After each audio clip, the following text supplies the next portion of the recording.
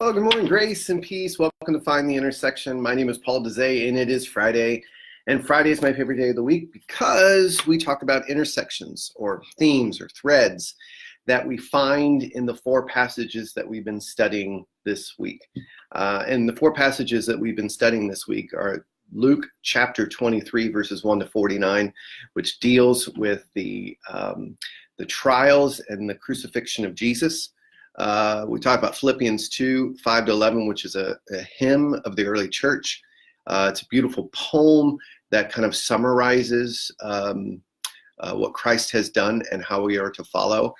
We had Isaiah 50, verses 4 to 9, which talked about sustaining the weary, the mission of the servant, the Messiah.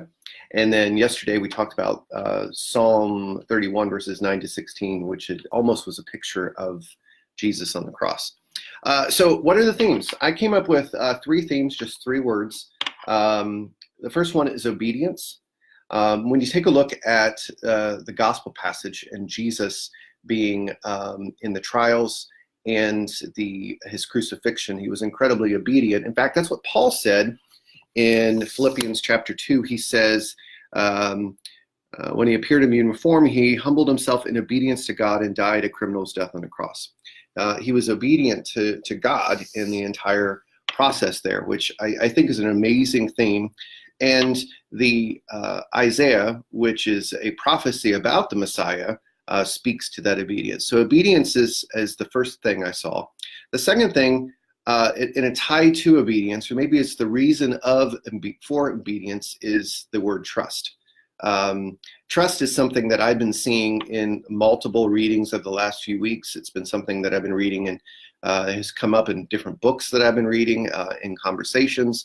And so trust is a theme that is speaking to me personally, but I definitely see it in the passage. Yesterday in the psalm, the psalmist David says, "My future is in your hands," and that's trust.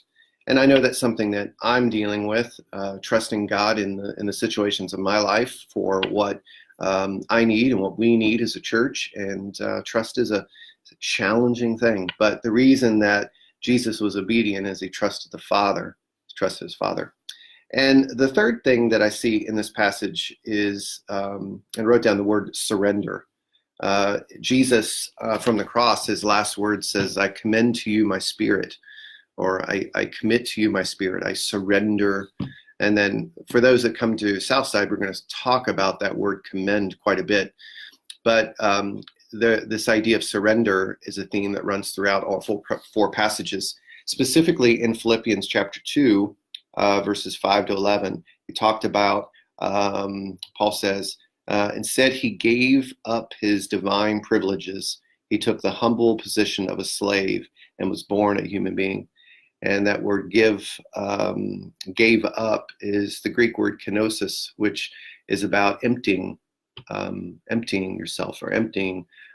Jesus emptied himself of his divine privileges. He emptied himself of himself so that he was able to do what he was called to do, to be obedient. So I think all three of these words this week kind of really are connected. Obedience, trust, and surrender. I think they're all like one idea that Jesus demonstrated and we are called to follow. So I see Todd. Hey, for me, I agree. It was trust and surrender, especially in distress. Absolutely. Very good. Cool. So that's it. I hope you stay dry today. It looks like it's going to be a rainy one here in Muncie. And I hope you have an amazing weekend. And Southsiders, I'll see you on Sunday. Everyone else, I will see you on Monday as we start next week, looking closer and closer to Easter. Have a great weekend, everyone. Grace and peace.